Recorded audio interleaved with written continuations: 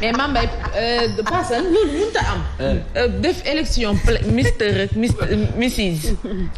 Playboy ak kii. comme ni école yi Playgirl. daf koy jël parce que des médias di nga fi gis. waaw buñ boolee télé. en Passane ci lay bokk man de yow laa dugal tête de liste. man soo leen ma dugalee di ngeen dugal Cheikh Sarr. Cheikh Sarr sama mag jooju noonu. dina ñëw. dina ñëw. ah oui tonton Mansour waaw tonton Mansour. xam nga ne moom est-ce que kii xam nga. ay saasumaan rek ñoo fi nekk. waaw saasumaan. dëgg la. jëloo. ak moom waat xale yi Biggi. waaw moom waat Biggi. saasumaan. Et tu mets où ton PDG? waaw yëngal gësam. turam dëgg naka la nan moo nekk ci pièce am. président tay moom ñoo ngi lay gis ci statut de day yëngal gësam macha allah tarkalla waaw kay mi ngi noonu nag Fassane.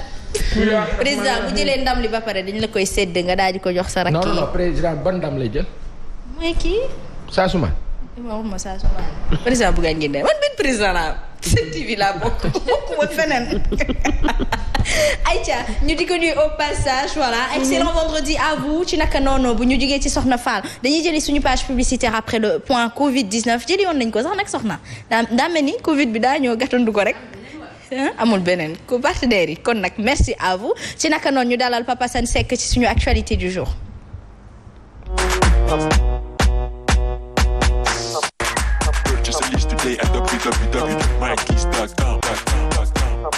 Papa Sane Seck, la chronique du vendredi, Macky Sall en héros contre la CEDEAO. Ouais. Au moins, bravo. Hasma. Non. C'est l'une des rares fois oui. où je suis heureux, joyeux, à l'idée d'entendre mon président de la République du Sénégal, Macky Sall, ci loo xamante ni dal na sama xel. xam nga moo la lan. Hasma. non. Sénégal ak Afrique de l'Ouest dañu toll ci moment yu extraordinaire yu décisif ci tournant ci seen existence dans le monde. Histoire. ci géographie ci histoire. Qu'est-ce qui se passe actuellement en Afrique de l'Ouest? dafa am benn vent boo xamante ni les populations dañu sonn. elles n'en peuvent plus. elles en ont ras-le-bol. population yi dañu bëgg léegi seen dund changer. dañu bëgg seen dund am baax dañu bëgg seen dund rafet. dañu bëgg dund dignement. comme des êtres humains. correctement civilisés et dans un bon idéal wala vers un bon idéal. wante dafa am ñenn ci ñun ñu nga xamante ni yàlla daf leen nattoo ñu mel ni ñun. ñu am sàggante yi ñàkk bañ a mën a séddoo. mooy ñooñu nga xamante ni dañuy jiite seen réew. te seen bopp rek la ñuy xalaat. duñu xalaat seen askan duñu xalaat seen njaboot patriotisme zéro. suñu jëlee livre bi nga xamante ni Thierno Alassane Sall mu ngi kaa teg ci kanamu sénégalais yi wax ni mu dundee gouvernance ak président Macky Sall ak ay ñoñam ci esquisse yi ñu ciy jot a am rek ñu am ci gàcce gu toll ni àdduna gàcce goo xamante ni kenn xamul nu mu toll.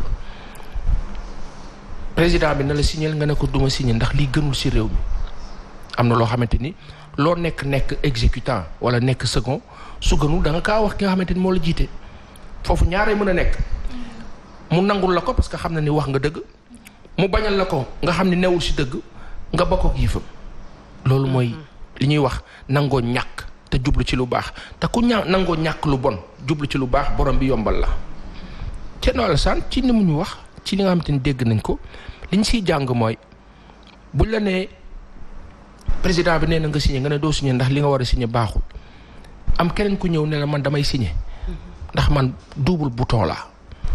bu dee yow doo bouton man double bouton laa.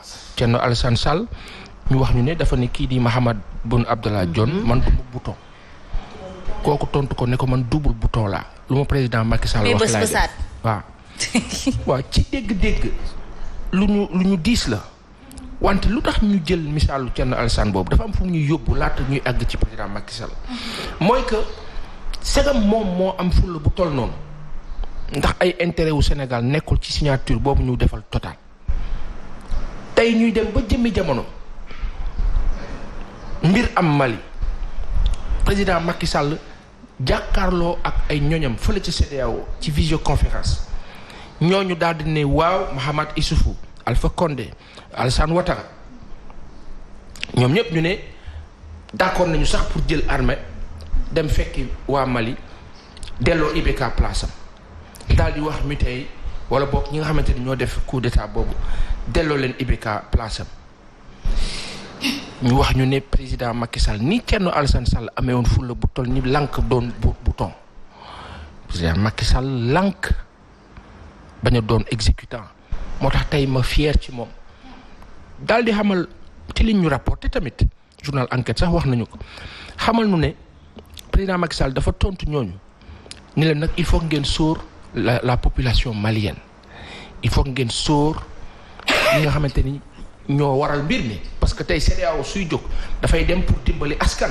waaye askan bi ñoom ñoo sàkku ki ngeen xam ni da ngeen bëgg mu toogaat mu dem ba mu egg fenn fi am na 23 Maliens yu dee le 10 le 11 le 12 juillet bi passé ci xeex bu metti bu fa amoon waaye ñooñu est-ce que seen bakken dafay naax saay lu tax CEDEAO bi loolu amee moom jógul ne IBK attention na mu ko defee woon Yaya Jammeh ci jamono waaye def boobu arrangé wu ko bien ko arrangé Alassane Ouattara moom mel ni kuy jëfoo fi mu ne nii moom talatul dara moom comme moom ngi ci yoon bu nga xamante ne moom tegul moom ne daal nañ forcé rek CEDEAO na dem ndax moom mu ngiy sóor moom bisa bu ñëwee CEDEAO war a wàcc daal di imposer la même chose bu ñu nee président Macky Sall nee na déedéet embargo bi nañ ci def attention nañu sóor denrée de première nécessité nañu sóor pétrole nañu sóor li nga xamante ni moom la askanu Mali di soxla ci dundam produit pharmaceutique yooyu buñ ko embargo parce que askan wee koy soxla waay loolu sax rafet na waaye ñee ŋànk rek ne dara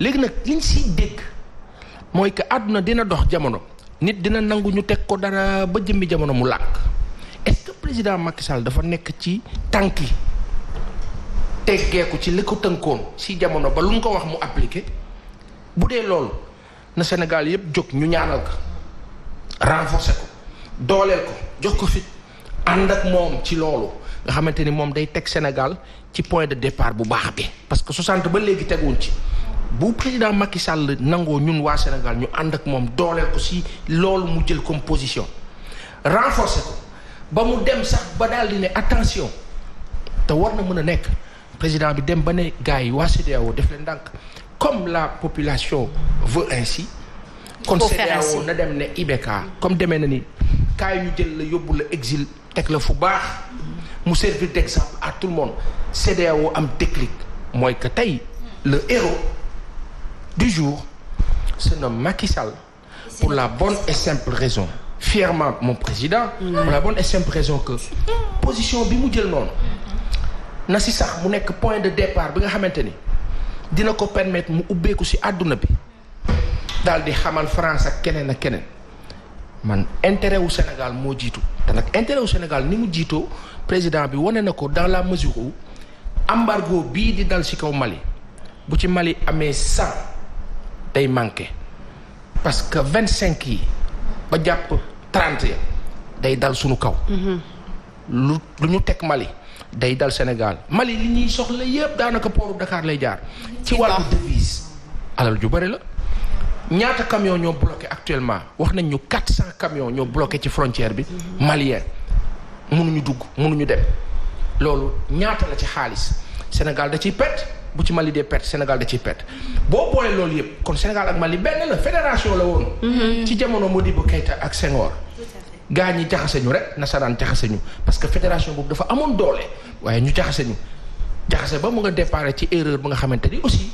sunu papa bi Mamadou Dia lu ñu ko bëgg dëgg rek a tax ñuy wax te yàlla rek tax sunu papa bii di Mamadou Dia dafa lankoon kii di Lamine Gueye Bakar Wali diriger fédération ba bu bàyyi woon Lamine Gueye ca jamono amaana parce que maliens yi d'accordoon nañ ak Lamine Gueye su bàyyi woon Lamine jiite amaana Senghor bu jiite Sénégal amaana Sénégal da nekk ci beneen trajectoire wante sunu papa Mamadou Dia moo taxaw urbi orbi ne Senghor rek moo tax yàlla.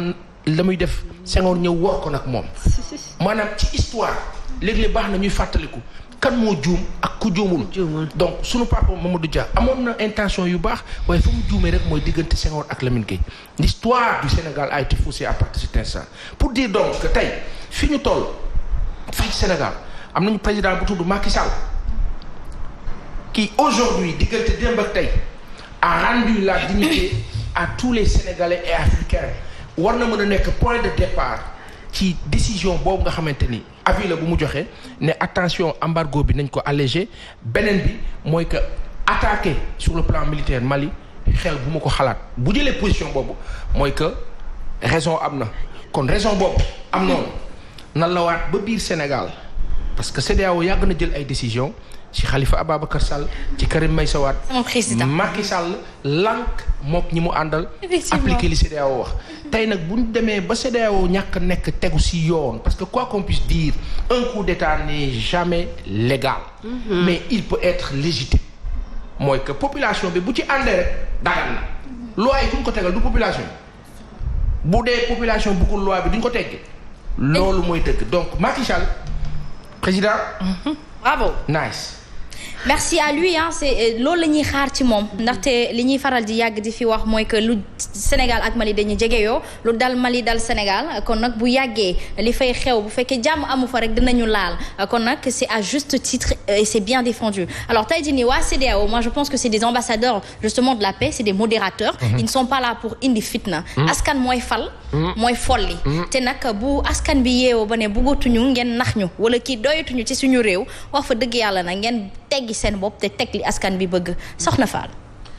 am na solo lool bu fekkee ni noonu la demee wax naa ko sànq avant pasan di ñëw nee naa la démocratiquement dañu ko fal waaye bu demee ba mu am une liesse populaire nanu xool naka la ñuy def ba moom du loru askanam du loru parce que war na xool tamit li nga xam ne mooy jëriñ askanam xëy na mu mën ci rek mën a jaar ngir askan bi bañ ci am benn jafe-jafe parce que li nga wax sànq day am solo lu bari ci li diggante Mali ak Sénégal dañu koy utiliser fii daf fiy dugg wala mu fiy jugee di dem foofu kon def nañ ko sax reportage ci Sen TV ak Zik FM que ni dina laal secteur yu bari li muy touché mooy bari économiquement instabilité ci dëkk baaxul forestable kon très rapidement war na gën a gaaw ñu fexee ba jàmm dellusi fa bu ñu dee négocier dañ koy jox exil ñu def ko fa ñi nga xam itam ñoo def ba fexe ba lii am ñoom itam nanu nangoo déglu tam def ouverture bañ faa indiwaat beneen jafe-jafe bu dee day dem rek ñu bàyyi ko mu dem ngir jàmm ji nga xam ne xëy na boobaak léegi Mali ñu ngi ko dee xaar mu daal dafay dellusiwaat am benn stabilité. parce que xamal lu neex. waaw. démb xaw ma mbërki dem dama la ne. Russie dinañ dugg ci nii wala ci nee. waaw defaat ko ci nii. ci nii wala ci nee. waaw. ñaar ñooñu ne ci bopp mitin yooyu. ñaar ñi Russie lañ leen jàngale. ñaar ña dañ fa jaar ñu former leen. dama la bëgg a wax ne la. waaw ponkal du def lii. parce que la France a été court-circuitée maanaam dafa am fu ñu doon dem. am na nag lenn loo xamante ni mën nañ ko si bàyyi. anglais déglu de gis nga ko. sunu xarit la. mën nañ si bàyyi xel. mooy que Imam Dicko. ba gaa ñi demee waxtaan ak moom dafa leen ne moom dafay dellu jàkkam. il a atteint son objectif am nañu d'accord ne non atteindre mission am parce que tey bu ñu mënoon nañ bàyyi population yi ñu àggali seen xeex ba IBK démissionné bu ñu continuer woon IBK du mës a démissionné parce que dafa am lu ko téye woon foofu. tey jii nii le Mali est un pays immensément riche par son sous-sol. soo boolee Mali Sénégal Côte d'Ivoire Niger bi nga xamante ni Niger fa la uranium ba nekk. Niger nga xamante ni boo jëlee 5 pays yi gën a pauvre ci àdduna bi ci la bokk les pays les moins avancés PMA nga jël tey dëkk yooyu yëpp ngeen bëgg a nasax laccax bàyyi seen bopp ak koo xamante ni moom moo leen di tënk ngeen foog ne loolu du jeex bis dafay ñëw dafay jeex te loolu mu ngi si tànki jeex ndax Russie dafay dugg ci nii wala ci naa mbaa ci nële wala mu naqari bëgg bañ bëre gagné wala daan. waaw Sénégal ak Afrique du ñu daan. dañuy gagné par conséquent monsieur Diaw moom nga xamante ni bokk na si ñu jiite la xew Gàmbi Mali ñu wax ñu ne mbokki sunu professeur boobu en droit civil Amsatou Sow Sidibé. ndax nee nañu Diaw moomu ne Mali. yëngal Mali. nekk Diaw moomu waalo la. wallaay waalo ba ñoom dañuy bañ. waaw bañkat la waaw donc ndeer ñan la du ñoo xaru woon. waaw ko bañ ku leen nasaxal loolu mooy Sénégal. donc tey na ñëpp xam ne yeewu jot na fi jot na te kenn dootuñu tënk. président Macky Sall nañ ko renforcer ba mu dem ci transition bu correctement électorale pour que mu bàyyi nguur gi ci point de départ le vrai. pour le Sénégal mooy celle de la souveraineté complète et nationale de notre contrée, notre pays. Bravo, monsieur le président de la République. Fama Ba, oui. Man juste une question peut-être pas san mooy pourquoi tey président malien yi xanaa war nañ ko maintenant di xaar ci seen askan. ci population bi ndax bu dee bii mooy 4e coup d'état. kon tey boo demee ba gis na ne que sa askan àndatuñu ak yow est-ce que matul wala ñoom lan la yenn yi dootul bëgg nguur kese à ton avis. non xam nga lan mooy indi loolu kii léeg-léeg da nga koy wax gaañu ne la. bon il faut pas mooy li ñu Aminata Dramé doon wax keroog il faut pas orienter nit ñi fenn fii nous n'orientons personne vers le racisme encore moins parce que ñun dañu am famille France ak feneen dañu am ay bokk am sax bokk waxuma bokk ni bokk sax ak der bu weex ci nii wala ci nee ci ay bokk mais problème bi du loolu du encore moins ces Sénégalais qui sont des Français qui sont nos parents non tey jii nii ñun sunu maam bële bu naa ma xalil bu nu neexoon moom ak keneen ñu dem jëli seeni këyit doon ay Français parce que ñoom amoon nañ ko sunu maam bële Ibra Seck njëkk a nekk maire Tëngéej la Marseillaise lañ ko tëggal bu ñu neexoon ñu dem jëli ay këyitam dafa am lu nu gëm mooy fii moo la mbir mi. communautarisme. parce que bu noonu nañ def comme ñenn ñi wala comme ñëpp mu yomb rek ñu jël suñu bagage dem wante comme fii la ñu gëm buntu ubbeeku na xasma yàlla na yàlla wàcc fi xéewal. allahumma amiin yaa rabbi ñu àndandoo doon benn. amiin suñu askan am doole. amiin waay Sénégalais yi ak africains yi dund bu correct. loolu laa gëm. amiin yal na yàlla defal ñu lool. yaakaar naa ni suur la rek bi Fama li ngay wax mooy ñoom bu fekkee ni rusuñu askan bi moom it rusul day dem ba jeex rek kon nag jàmm gën fitna bi gis ngeen biñ ko jàppee ñaari fan est-ce que gisaat ngeen ko bi mu génnee ndungu si neexul ci kenn ci ndungu si bëri na façon kon nag ndungu si neexulul kenn de Lisa ndungu si ñu dafa yaru ne teg ba pare nga jàngal ma wala ñu tëj la kasoo wala ñu tëj la je suis tombée sur des images yoo xamante ne ci këru doomu président malien lépp la ñu dindi. saccagé nañ ko Karim Keita ci mbedd bi di génn di dem di ko yóbbu. léegi xam nga dañ ko décompté du daw. dañ ko mu daw. jar na ko. jaru ko gor da ngay gore lii mi ngi may fàttali ñi doon dem pour benn compétition daal di fa rëcc des fa jaru ko nit da ngay gore ba pare ngay jël xaalisu réew mi di ko passer di filmer sa bopp di tam sax dégg naa xaalis la ñu naan nguur dee dof loo nit loolu la leen mere dégg naa bokk na seen dund dafa metti amul développement amul benn ouverture moo tax ñu leen di mere mais quoi qu'on puisse dire rek ñoom itam nañ indiwaat dal xam ne même suñu bëggee ñu dem xam nga quelle décision ils ont prise en premier lieu faj blessé yi amoon ci seen xeex yi ñoom soldats yi ñu wax ne dañu jalgati yoon li njëkk a def mooy lijjanti nu ñu fajee ñooñu lijjanti leen indemnisation immédiate sanctionné ñi nga xamante ne ñoo causé les morts ak yooyu loolu nekkul di tegu si yoon. di tegu si yoon doo encouragé loolu. ñoom ñu ne Maliens yi seen i jafe-jafe li leen fi tax a jël décision mooy que foog ñu régler problème bi maintenant nit ñi dund correctement yow CEDEAO nga fax ca la nga ne non delloo leen kee ndax démocratie ban démocratie. ba pare personne lu ci neex newaat population bi dañu génnaat na activité yi reprendre. looloo neex donc xoolal ñoom le lendemain. coup d'état boo xam ne amul ku ñu dóor bal. rey ñu exactement génn leen ngeen doxi seen i activité dëgg bi normal CEDEAO bu ñëw encadré. et puis justement lii man je pense même que dañ leen doon won ni rek ñoom seen capacité bu ñu nax seen bopp gis nga alkaati du bàyyi dóori te bu bëggoon jël réew mi yee fa fit na am na capacité bi ndax ñoom dañ leen yer ci ñu dëgër fit parce que c'est eux qui vont à l'affront pour défendre justement le pays kon nag bu ñu indee jàmm indi leen jàmm ñi ne fii Sénégal yéen ñi nga xamante ni yéen a ànd ak président Macky Sall di waa APR ak ñeneen bàyyi leen xel bis dina ñëw dafay jeex. léppay jeex la haute tendance langue yi laax yeeg caakri yi di neex yooyu yëpp bis dina ñëw dafay jeex ku ci nekk la nga mérité ngay dundee il faut que ngeen jël leçon xam ne mënu leen fi teg benn forcing bu ñuy solal ëllëg li mën a ne mooy jaaral mbiri ci yoon tous les scandales nag yi fi jot a jaar diggante 2012 à maintenant président Macky Sall xam na si li nga xamante ni moom moo ko ci xaar ak li ko ci war ñu ngi kaa bàyyi Sall ak xalaatam mu tegu ci lu rafet rek mu xool nu mu koy lijjantee ku jëloon dellool balaa ñu lay woo ki jënd ku jël 600 millions barki démb xam nga ban ministre man kaa dégg leeraguma moo tax ma si wax wante xasma fu ma ne Sénégal xasma fii ci mim réew. kilifa yi ne fii yéen ñi ànd ak président Macky Sall. leen a dénk rek. ngeen di gor à gauche di gor à droite di jël fii di jël fële bis dina ñëw. dañu kaa nanguwaat ñun ñoo ko moom. naan ko dimbali leen ko ci yoon. ku si ne la nga ca mérite te muy yoon. nga am ko la nga sa moomu. delloo ko balaa yéex. naan ko dimbali tamit. justement pas ça nañ ko dimbali président. nañ dimbali président. entourage dafa am solo. tey lépp entourage bi la on se rappelle de PDS Ablaye Wade suñu maam jooju yàlla na yàlla yokk ay fanam.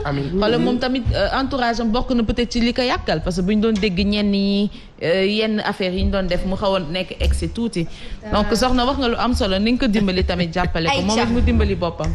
am na ku ma ne dama seet léegi ci commentaire yi am na ku ma ne. Pa Assane yàlla boo changé. waaw parce que dañuy jàpp ni Pa Assane ni la mës a mel. cuubu dafa gaaw non cuubu moom bokku ci da di gar bi nag. enveloppe bu 10. mais attention tamit cuubu bi nit ñi dañuy wax cuubu cela ne veut pas dire que ni nit ñi bu ñu defee lu baax. duñ ko wax nu ñu toogee itam di critiquer on est objectif. on n'est pas là pour faral kii on est objectif justement. bu ñu defee lu baax dañu koy wax bu ñu jaaree ci yoonu baax dañu koy wax su amee safaan wa tam dañu koy wax. mais su dee d'accord on est là pour encourager le bon. on est là pour encourager le bon. mais peut-être fu muy waxee gis nañ fi ñenn ñi. non xam naa dafa bëgg ci Pa Assane ne ko bul mës a changé dafa bëgg xam naa mbégte la waaye nag soxna bu tontoon yi dafa am ko ñoo xamante ni. noonu la ñuy kiiwee bind am na ko ci bind vous êtes journaliste ou vous êtes adhérent à PR il ne l'est pas il n'est nulle part il est sénégalais il est patriote il est nationaliste man dinaa la waxal di. li ñuy naan jeeg bu sëyee ci kër 20 ans la ndax bu 20 ans nga am ku la wuutu. boo amee 20 ans de carrière am ku mel ni man ma lay wuutu. kooku noonu xam nga lu waaw 2012 à 2019. waaw wala jàpp 2020. le président Macky Sall a eu à commettre énormément d'erreurs sur beaucoup de choses et sur beaucoup de personnes. waaw nee naa la nit dina dund 100 ans. def 99 ans yoo xamante ni ay musiba maaba kumba la. dem ba mu dese ko 5 minutes ci àdduna yàlla bettee ko xéwal boo xamante ni da koy roof baax. yàlla yóbbu aljana. wax ji jeex na.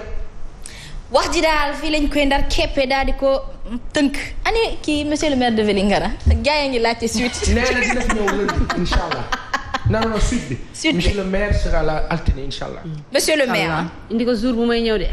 lundi altine la damaa fekkee woon début ba. waaw jour bu may fekkee. incha allah il va se défendre. te nag ñu koy xaar bëri na nekkete monsieur Meng bi fi toog. sama koñ la logé. Baobab wotoo ci coiffeur ba man damay romb ñu naan ma seen invité boobu doon kii. moom moo am raison di jox ñi tout le monde donc du coup mais Sénégal man ñëpp ñi ma xawanteel ku ne ngeen may woo message. ah oui. mais loolu moo am solo. day dafa leer léegi nag bu ci jógee yeneen yi leer. waaw te xam nga maire yëpp yëngatu na. maire bu ñëwee nag gestion la nu koy laaj soxlawuñu waxu. personne de la personne. personne de la personne moom. il m'a promis de venir avec des papiers. ah c'est très bien parce que justement voilà lépp loo gis te mbirum tubaab la ñuy jiitee kon kii moo ci gën te tey di Pape Assane il faut qu'on arrête au Sénégal lenn mooy que dama xuloo ak Pape Assane dama koy yàq. der lu fort la te bu dul dara sax diggante nit ak nit. non diggante nit ak nit ki moo la ko mën a baal. yomal xiyaam dafa am. dañuy ragal dee ragal suñu borom mandu ci nit ki nu mu mel ñëpp a sikk man maa ci jiitu keneen ka ca des moo ma yées wala ma yées ko waaye nag yàllaa ñu sàkkee noonu kon nag dañuy wutalante rek bu dul loolu kon yàlla du yëg boppam di moom rek a mat kon nag ku nekk président Abdoulaye Wade dugg na fi kaso te rew kaa dem nekk président du dëgg kon nag loolu les trucs personnels les informations personnelles de la vie intime d'une personne ne nous intéressent pas on parle de Vélingara ou on parlera du Sénégal et c'est notre terre mère qui nous intéresse merci vous avez été nombreux à nous suivre ce matin suba teel fii lañ koy ndar képpe neex na ko mën a dagaan temps bi jeex na musique lebal ñu ko rek bootee nga lebal ñu ko du ñàkk rek benn nuyoo rek may nuyu ma Diop waalo Diop waalo cegin waalo ceg ok bu baax a baax di ko jaajëfal di ko ziyaar ci vendredi bi. jeex na moom. merci mais tu parles pas de mon copetti. en bleu vert safuma la house. safuma la house. waa kii nga may nuru waa. Nigéria Kano. maa ngi nii di ziar waa Kaolack képp kuy taalibe Baye Barhama Kaolack maa ngi lay ziar bu baax a baax suñu papa suñu maam jooj ñi nga xamante ni daf ñoo xettali ci diine ñun ñi nga xamante ni ñun xamuñu dara sama zaari gëstuñu nusuñoo xam dara dañoo jege Mame Baye Niass rek mu taal leen boole leen kon nag li yanday Maguette yanday mu bàyyi ji naan nit yàlla bu la namee dimbali da lay boole ku mu dimbali bu boobaa kooku bu la gàddoo rek da ngay ànd ak garantie kon nag yanday mu bàyyi gàcce ngàllaa sama waa ji moom rek la yaakaar Ndeye Khady Thiam Tall moom Elimane Siré Dema Ali Mokhtar sama waa ji gën magi Soda Thiam RFM moom bàyyi rek moo tax ma bëgg bàyyi waaw bilaay moo tax ma bëgg bàyyi mais xanaa xamoo ni taalibe Baye tigi bu man sonal na tonton Ahmed lan la may wax ñas waaye yàlla na ñas yi di ñas waaye ñas yi di ñas waaye Aïcha di leen nuyu di leen jaajëfal à demain pour une autre édition. Merci beaucoup Asma, ça a été un plaisir di nuyu Gabi bu baax a baax depuis Baobab nee na une très belle émission mi ngi nii moom tam saa su ne rek mu daal di apprécier donc ñu ngi lay nuyu bu baax mais nuyu aussi Mouhamed Diop depuis Canada maa ngi koy def un gros bisou. yaa ngi ba Canada. waaw yow ba Canada lañ ñi c'est-à-dire de partout ah. Kanema macha allah. waaw. ministère yi man ñoo ñooy sawee Bamba Kañ ci bureau lay toog di seetaan moom ak Fatou Mendy maa ngi leen def un gros bisou. xam ngeen ni suñu papa Amadou Ba daf ñuy seetaan. sam papa ministère des affaires étrangères. waaw Bapu la jéeri. sama papa jooju foofu la jëri toro la Samba Ngari Jama kenn di yow naam ba yàqalul président Macky Sall dara de xam ko nag man fexeel ma xam ko yow damay fexe ba nga xam ko sama papa la bag yi rek maa nag am naa ba man am naa ba Maxtaar mi ci song jëri koli waaw Matar Ba cam kooku sama papa la yi ak bu ndaw la baax te mën a ànd ak ñun lool bu nu génnee mu taxaw ñu waaye yaa Seyda mi ci kër gi Seyda Absa moom itam gën baax gën cam fall njëga yaram kenn du moom itam classe civilisation bu taxee rek nga fàttali ko diine l'islam wallaay sell rafet ñu lay kaabaga aywa yaay daal man bu comme rëcc naa te mënumaa mel ni yow wala boog bu ma demee ba màgg mel ni yow yàlla na ma yàlla sédd njaboot ju yiw ni yow macha allah sédd ñu ko ñun ñëpp en passant sekk ndan oh j'ai pas assez de vous mais justement ce sera encore mieux demain kon nag ñu jox leen dig daje bi ëllëg inchallah. On parlera de petite enfance aussi hein. De la petite enfance ce sera la surprise.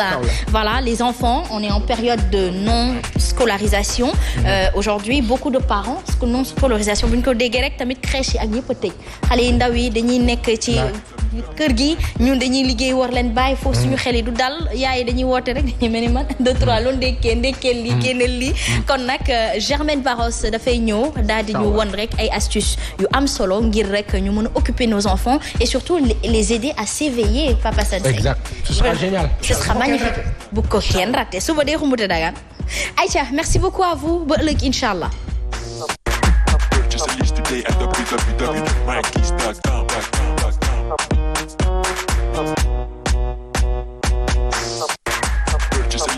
at www.mikeys.com.